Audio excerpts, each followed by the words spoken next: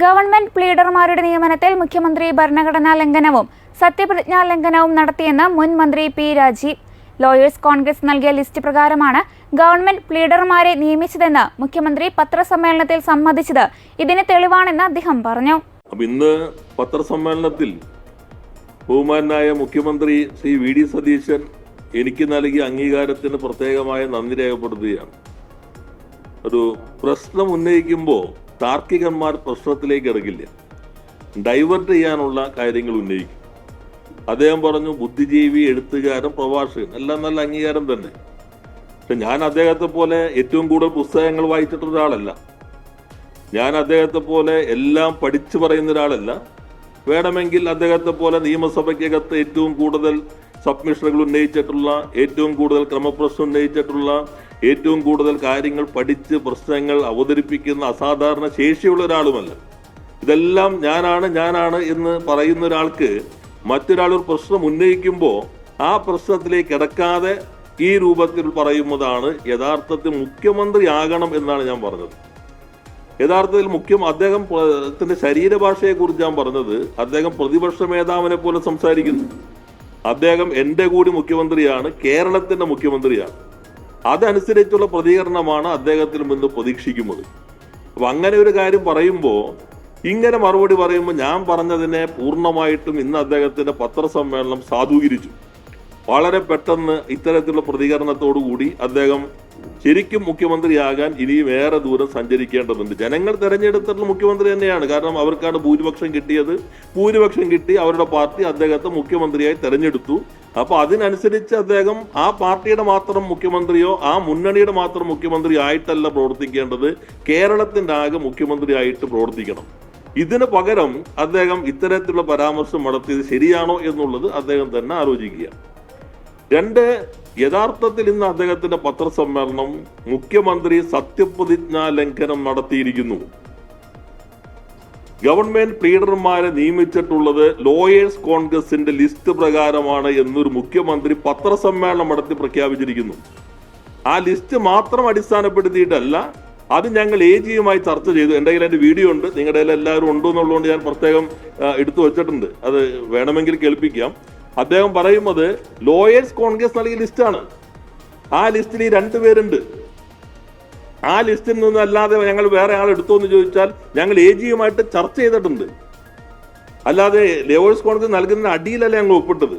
അപ്പൊ തീരുമാനത്തിന്റെ അടിസ്ഥാനം ലോയേഴ്സ് കോൺഗ്രസ് നൽകിയിട്ടുള്ള ലിസ്റ്റാണ് എന്ന് ഭരണഘടനാ പ്രകാരം പ്രീതിയോ പ്രത്യേകമായ താല്പര്യമോ ഇല്ലാതെ മുഖ്യമന്ത്രിയായി പ്രവർത്തിക്കുമെന്ന് സത്യപ്രതിജ്ഞ ചെയ്ത് അധികാരമേറ്റ ഒരാൾ മാധ്യമങ്ങളിലൂടെ സമൂഹത്തോട് പരസ്യമായി സമ്മതിച്ചിരിക്കുകയാണ്. അതാണ് ഞാൻ പറഞ്ഞത്, ചട്ടങ്ങളും നടപടിക്രമങ്ങളും പാലിക്കാതെ നടത്തിയിരിക്കുന്നു. സ്വജനപക്ഷപാതമാണ് നടത്തിയിട്ടുള്ളത്. തന്റെ പാർട്ടിയുമായി ബന്ധപ്പെട്ട സംഘടന നൽകിയ ലിസ്റ്റിലാണ് അടിസ്ഥാനം. ആ ലിസ്റ്റ് ഞങ്ങൾ AGയുമായി ചർച്ച ചെയ്തിരിക്കുന്നു. അതിന്റെ അർത്ഥം ചട്ടം പൂർണ്ണമായിട്ട് ലംഘിച്ചിരിക്കുന്നു.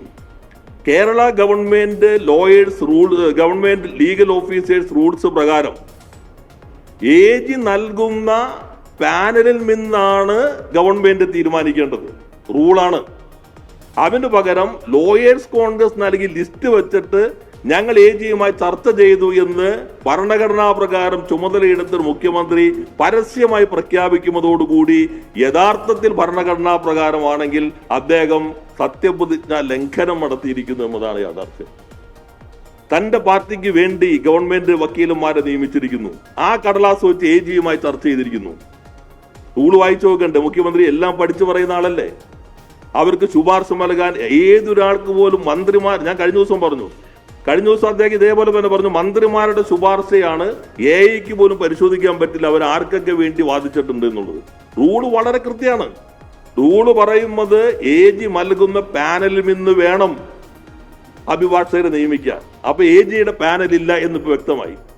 2, ഇവർ നൽകിയ ലിസ്റ്റാണ് അടിസ്ഥാനം എന്ന് വ്യക്തമായി. 3, ആ ലിസ്റ്റ് വെച്ചിട്ടാണ് AGയുമായി ചർച്ച ചെയ്തത്. പ്രകടമായി ചട്ടലംഘനം, ഭരണഘടനാ ലംഘനം. യഥാർത്ഥത്തിൽ മുഖ്യമന്ത്രിയുടെ ഈ പഠിച്ച കാര്യങ്ങൾ പറയുന്നതിൽ നടപടിക്രമങ്ങൾ പഠിക്കാനും കുറച്ച് സമയം, ഞങ്ങളെയൊക്കെ ആക്രമിക്കാനും വ്യക്തിപരമായി അധിക്ഷേപിക്കാനും കാണിക്കുന്ന ഉത്സുകത നടപടിക്രമങ്ങൾ പാലിക്കാൻ എടുക്കണം. അദ്ദേഹം പറഞ്ഞൊരു കാര്യം, ഈ നിയമം ഇപ്പോ പറഞ്ഞിട്ടുള്ള ആളുണ്ടല്ലോ, അദ്ദേഹം 6 പേരെ നിയമിച്ചില്ലേ? എന്തെങ്കിലും നടപടിക്രമം പാലിച്ചിട്ടാണോ? ഞങ്ങൾ 23 പേരെ വന്നു, ഏജ് പറഞ്ഞു, ഞങ്ങളത് സാമ്പത്തികം നോക്കി, എന്നിട്ട് ഞങ്ങൾ ഈ 12 1 13 മതിയും തീരുമാനിച്ചു. അദ്ദേഹം മന്ത്രി എന്ന നിലയിൽ എല്ലാ കടലാസും അദ്ദേഹത്തിന്റെ ഉണ്ടാവും. ഇനി ഒന്നും കിട്ടില്ലെങ്കിൽ ഗവൺമെന്റ് ഉത്തരവ് വായിച്ചു നോക്കേണ്ടി ഒരു മുഖ്യമന്ത്രി. സാധാരണ പൗരന് കിട്ടുന്ന ഒരു ഗവൺമെന്റ് ഉത്തരവ് ഞങ്ങൾ ഇറക്കിയിരിക്കുന്നത് 2025 ജൂൺ 19 ആ ഗവൺമെന്റ് ഉത്തരവിന്റെ ഒപ്പം ക്യാബിനറ്റ് നോട്ടും പബ്ലിക് ഡൊമൈനിലുണ്ട്. മുഖ്യമന്ത്രി ആകണ്ട, മുഖ്യമന്ത്രി എന്ന ഭരണഘടനാ പദവി വേണ്ട ഈ കടലാസ് കിട്ടാൻ. ഏതൊരു മനുഷ്യനും, പൗരൻ പോലും ആകണ്ട, ഇന്റർനെറ്റ് പരതി കഴിഞ്ഞാൽ ഏതൊരു മനുഷ്യനും കിട്ടാവുന്ന ഗവൺമെന്റ് ഉത്തരവാണ്. ആ ഗവൺമെന്റ് ഉത്തരവിൽ കൃത്യമായിട്ട് പറയുന്നുണ്ട് എന്ന് മുതലാണ് ഈ ആവശ്യം വച്ചിരിക്കുന്നത്. 2018 ഞങ്ങളുടെ മുൻപിൽ വന്നു. കഴിഞ്ഞ ഗവൺമെന്റിന്റെ എണ്ണം വർദ്ധിപ്പിക്കണം, 25 ജഡ്ജിമാർ മാത്രമുള്ള സന്ദർഭം. അതിപ്പോ ഫങ്ഷണൽ ജഡ്ജിമാർ 40 സ്ട്രെങ്ത് 47 ഇതിന്റെ അടിസ്ഥാനത്തിൽ വേണമെന്ന് പറഞ്ഞിട്ട് തുടർച്ചയായി കത്തെഴുതി. ആ കത്തെഴുതിയുള്ള ക്യാബിനറ്റ് നോട്ട് 3053 ഇത് പബ്ലിക് ഡൊമൈനിലുണ്ട്. ഇത് എന്റെ കയ്യിലുള്ള രഹസ്യരേഖയല്ല, പബ്ലിക് ഡൊമൈനിൽ ലഭിക്കുന്ന രേഖയാണ്. അതിനകത്തിന്റെ ചരിത്രം എല്ലാം പറയുന്നുണ്ട്. 2000 എന്നാണ് പുതിയത് വന്നിട്ടുള്ളത്. 2018 AG കത്ത് നൽകി. പ്ലീഡർമാരുടെ എണ്ണം 9 വീതം എന്ന് വെച്ചാൽ 18 പേരെ പുതുതായി സൃഷ്ടിക്കണം. അതിന്റെ കാരണം 9 ജഡ്ജിമാർ പുതുതായി നിയമിക്കപ്പെടുന്നുണ്ട്. എന്നാൽ അത് പരിഗണിക്കപ്പെട്ടില്ല. അത് കഴിഞ്ഞിട്ട് വീണ്ടും ഈ കത്ത് 19 നൽകി. പിന്നെ ഈ ഗവൺമെന്റ് വന്നതിന് ശേഷം വീണ്ടും ഈ കത്ത് നൽകി. അങ്ങനെ ഓരോ തവണ നൽകി. 25 ജഡ്ജിമാരുള്ളപ്പോൾ 40 ജഡ്ജിമാരായി. അതിന്റെയൊക്കെ അടിസ്ഥാനത്തിൽ ഈ എണ്ണം വർദ്ധിപ്പിക്കണമെന്നുള്ളത് ഇത്രയും വളരെ ബ്ലാക്ക് ആൻഡ് വൈറ്റ് ഒരു ഗവൺമെന്റ് ഉത്തരവുള്ളപ്പോൾ ഒരു മുഖ്യമന്ത്രി നടപടിക്രമങ്ങൾ ഒന്നും അവർ പാലിച്ചിട്ടില്ല. ഞങ്ങൾ അങ്ങനെയല്ല എന്ന് എങ്ങനെ അദ്ദേഹത്തിന്റെ പത്രസമ്മേളനം ഓരോന്നും കഴിയുമ്പോൾ ക്രെഡിബിലിറ്റി കുറയല്ലേ? അതല്ലേ ഞങ്ങൾ അദ്ദേഹത്തോട് സ്നേഹം കൊണ്ടല്ലേ പറയുമ്പോൾ ഇതൊന്ന് വായിച്ചു നോക്കണ്ടേ? എല്ലാം വായിച്ചു പഠിക്കുന്ന ആളല്ലേ. ഇപ്പം സംഭവിച്ചു, ഈ ഉത്തരവ് വന്നിരിക്കുന്നത് 19/6/2025 ഞങ്ങൾ 21 ചുമതലയെടുത്തല്ലോ ഞാൻ മന്ത്രിയായിട്ട്.